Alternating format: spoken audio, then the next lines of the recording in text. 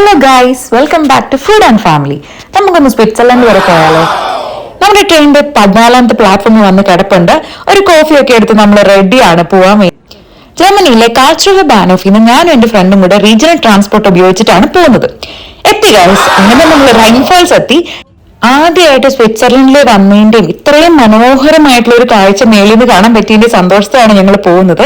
നമുക്ക് ഇതിന്റെ ഉള്ളിലേക്ക് വ്യൂ ഇൻഡെക്സ് ഉണ്ട്. അതിനകത്തേക്ക് പോകാൻ വേണ്ടിയിട്ട് നമ്മൾ ആദ്യം ടിക്കറ്റ് എടുക്കണം. ടിക്കറ്റ് എടുക്കാൻ വേണ്ടി അവിടെ ഓൺലൈൻ മെഷീൻസ് ഉണ്ട്. ഞങ്ങൾ 5 യൂറോ അല്ല, CHF സ്വിറ്റ്സർലൻഡിലെ ഫ്രാങ്ക് ആണ്. അതെടുത്ത് നമ്മൾ ടിക്കറ്റ് എടുത്തു. നമ്മൾ ടിക്കറ്റ് സ്കാൻ ചെയ്തിട്ട് നമ്മൾ എൻട്രി പോയിന്റ് കൂടെ നമ്മൾ അകത്തേക്ക് നടന്നുകൊണ്ടിരിക്കുകയാണ്. And it's so beautiful. ഞാൻ കാണിച്ചു തരാം. ഞാൻ കുറെ വീഡിയോസ് എടുത്തിട്ടുണ്ട്. ഞാനൊരു സൂത്രം കാണിച്ചു തരാം.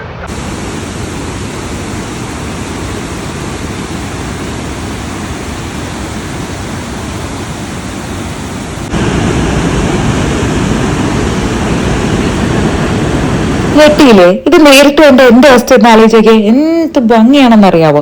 നമുക്ക് ബോട്ട് എടുത്തിട്ട് ആ റൈൻഫാൾസിന്റെ അടുത്ത് വരെ പോവാം. പൊലിമാനിന്റെ ബ്ലോഗ് ഞാൻ 2 ദിവസം മുന്നേ കണ്ടതേ ഉള്ളൂ. അപ്പൊ ഞാനിങ്ങനെ വിചാരിച്ചു എങ്ങനെ ഉണ്ടാവും അതിന്റെ ഉള്ളിൽ കൂടെ ഒക്കെ പോകുമ്പോൾ. എനിക്ക് നേരിട്ട് എക്സ്പീരിയൻസ് ചെയ്യാൻ പറ്റിയതിൽ ഭയങ്കര സന്തോഷമുണ്ട്. പിന്നെ നമുക്ക് അങ്ങ് നടുക്ക് ആൾക്കാർ നിൽക്കുന്നിടം വരെയൊക്കെ പോകട്ടെ. ഈ വ്യൂ പോയിന്റിലേക്ക് ഞങ്ങൾ ഇനി അടുത്ത് അങ്ങോട്ടാണ് പോകുന്നത്. പിന്നെ ഒരു കാര്യം, ഇവിടെ എല്ലായിടത്തും യൂറോ എടുക്കും കേട്ടോ. റവല്യൂട്ടിലൊക്കെ നമ്മൾ കാശ് ഉണ്ടെങ്കിൽ ഇതെല്ലായിടത്തും എടുക്കും. ഈ സ്റ്റെപ്സ് ഇറങ്ങി വേണം നമുക്ക് താഴേക്ക് പോകാൻ വേണ്ടിയിട്ട്. ഈ നല്ല വെയിലാണെങ്കിലും ഈ വെള്ളച്ചാട്ടത്തിൽ നല്ല മിസ്റ്റ് പോലെ നമുക്ക് വെള്ളം നമ്മുടെ മുഖത്തേക്കൊക്കെ അടിക്കും. അതുകൊണ്ട് നമുക്ക് അത്ര ചൂട് നമുക്ക് ഫീൽ ചെയ്യത്തില്ല. പിന്നെ ഈ ഗുഹേന്റെ ഉള്ളിൽ കൂടെ പോയിട്ടുണ്ടെങ്കിൽ വെള്ളച്ചാട്ടത്തിന്റെ തൊട്ടടുത്ത് നമുക്ക് തൊട്ടില്ല എന്ന് പറഞ്ഞ രീതിയിൽ നമുക്ക് നിൽക്കാൻ പറ്റും. ശരിക്കും ഇവിടെ നിന്നൊക്കെ നോക്കുമ്പോൾ പേടിയാവും കേട്ടോ. നമ്മുടെ നേരെ ഇങ്ങനെ വെള്ളം ഇങ്ങനെ ഉരുളൊക്കെ പൊട്ടി വരുന്ന പോലെ നമുക്ക് ഫീൽ ചെയ്യും. പക്ഷെ അതിന്റെ ഫോഴ്സ് ഒക്കെ ഉണ്ടല്ലോ, അതൊക്കെ നേരിട്ട് കണ്ട എക്സ്പീരിയൻസ്. എനിക്കറിയത്തില്ല എങ്ങനെ പറഞ്ഞു തരേണ്ടതെന്ന്.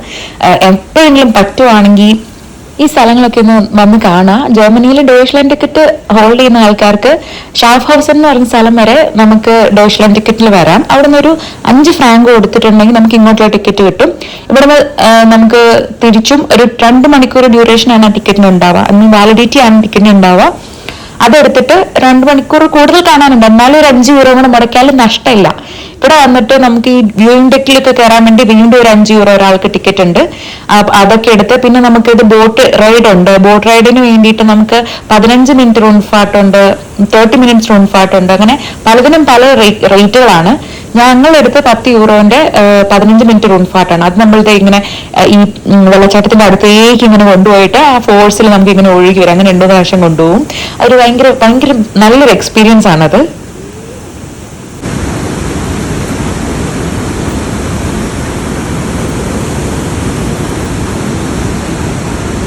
അടുത്ത പ്ലാന് നമുക്ക് ബോട്ടേ കയറുക എന്നുള്ളതാണ്. അതിന് ആദ്യം ടിക്കറ്റ് എടുക്കണം. ടിക്കറ്റ് കൗണ്ടറിലേക്ക് നമ്മൾ നടന്നു വന്നു. ഇവിടെ വന്നു കഴിഞ്ഞപ്പം കൗണ്ടറിൽ ഒരുപാട് ക്യൂ ഉണ്ട്. അപ്പം ഞങ്ങൾ വിചാരിച്ചു എന്നാൽ പിന്നെ അവിടെ ഒരു ഓട്ടോമാറ്റിക് മെഷീൻ ഉണ്ട്, അവിടെ ചെന്ന് ടിക്കറ്റ് എടുത്തേക്കാം. അങ്ങനെ ഞങ്ങൾ തൊട്ടടുത്ത മെഷീനിൽ പോയിട്ട് അടുത്ത 15 മിനിറ്റിൽ ഉള്ള റൗണ്ട് ട്രിപ്പിന് ഞങ്ങൾ ടിക്കറ്റ് എടുത്തു. ടിക്കറ്റ് എടുത്ത് ഞങ്ങളിങ്ങനെ ബോട്ട് വരാൻ വേണ്ടി ഇങ്ങനെ വെയിറ്റ് ചെയ്യുകയാണ്. ബോട്ട് വരാൻ വേണ്ടി വെയിറ്റ് ചെയ്യുന്ന സമയത്താണ് ഞങ്ങൾക്ക് മനസ്സിലായത് ഇങ്ങോട്ട് 15 മിനിറ്റ് റൗണ്ട് ട്രിപ്പിൻ്റെ ബോട്ടുകളൊന്നും വരുന്നില്ല ഈ സൈഡിലേക്ക്. 2 ബോട്ടുകൾ അപ്പുറത്തെ സൈഡിൽ നിന്ന് പോകുന്നത് ഞങ്ങൾ കാണുന്നുമുണ്ട്.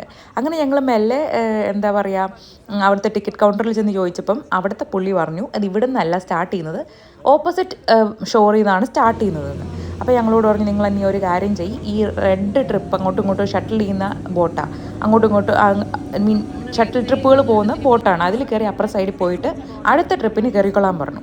അങ്ങനെ ഞങ്ങൾ നെക്സ്റ്റ് വന്ന റെഡ് ബോട്ടെ ചാടി കയറി അപ്പുറത്ത് ചെന്നപ്പോഴത്തേക്കും ഉടനെ തന്നെ ഒരു 15 മിനിറ്റ് റൗണ്ട് ട്രിപ്പ് സ്റ്റാർട്ട് ചെയ്യുന്നുണ്ടായിരുന്നു. ഞങ്ങൾ ടിക്കറ്റ് കാണിച്ച് ദിവസമായി ഞങ്ങൾ അതിനകത്ത് കയറ്റി.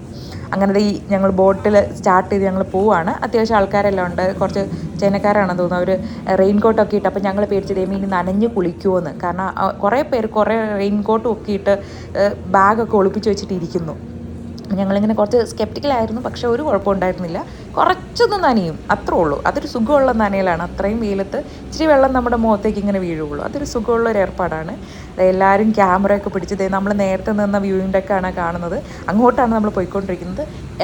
കാണുന്ന അത്ര ഭീകരതയൊന്നും ബോട്ടിലിരിക്കുമ്പോൾ നമുക്ക് ഫീൽ ചെയ്യില്ല കേട്ടോ. ഭയങ്കര സേഫ് ആൻഡ് സ്റ്റേബിൾ ആയിട്ടുള്ള ഒരു റൈഡാണ്. അടുത്ത് ചെല്ലുമ്പോൾ കുറച്ച് വെള്ളം നമ്മുടെ മുഖത്തേക്ക് വീഴും. കുറച്ച് ഈ തിരമാലേൻ്റെ ഒരു ബമ്പി റൈഡ് പോലെ തോന്നും, അത്രേ ഉള്ളൂ.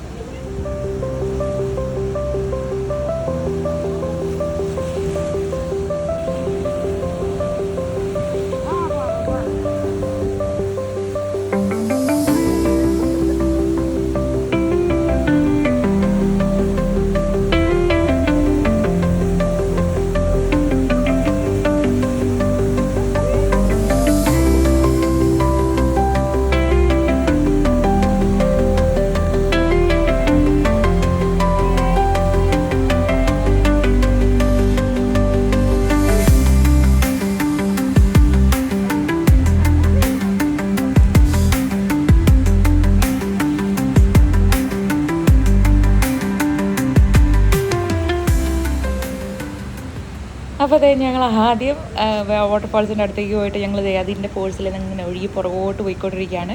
ഇനി പുള്ളി അതിലൂടെ ഇങ്ങനെ കറക്കി അപ്പുറത്തെ സൈഡിൽ 2 സൈഡുണ്ടായിരുന്നു, രണ്ടിനെ ഡിവൈഡ് ചെയ്യുന്ന നടുക്കൊരു കല്ലുണ്ട്. ആ കല്ലിൻ്റെ അവിടെ നമ്മളെ കൊണ്ടുവന്ന് 30 മിനിറ്റ് റൗണ്ട് ട്രിപ്പ് എടുത്താൽ നമുക്ക് ആ കല്ലിൻ്റെ അവിടെ കൊണ്ടുവന്ന് നമ്മൾ ഇറക്കി വിടും. 2 സ്റ്റെപ്പ് കയറി നമുക്ക് ആൾക്കാരൊക്കെ നിൽക്കുന്നത് ഇവിടെ ഇറക്കി വിടും. 2 സ്റ്റെപ്പ് കയറി അതിൻ്റെ ഏറ്റവും മുകളിൽ പോവാം.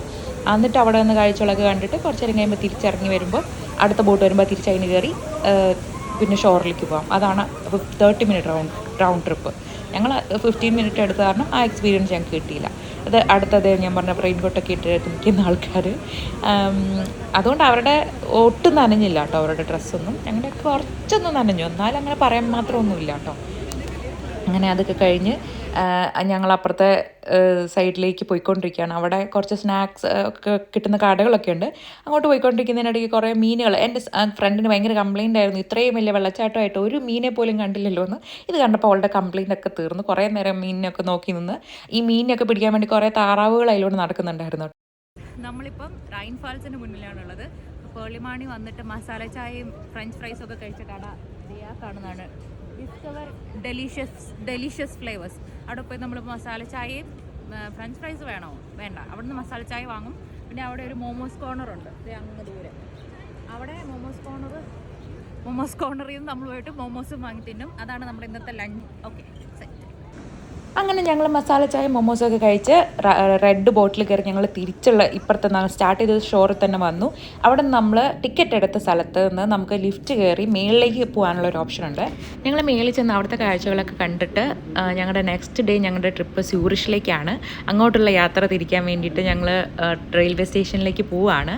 സ്യൂറിഷിലെ വിശേഷങ്ങളുമായിട്ട് പാർട്ട് ഉടനെ വരുന്നതായിരിക്കും. Stay tuned. Bye bye.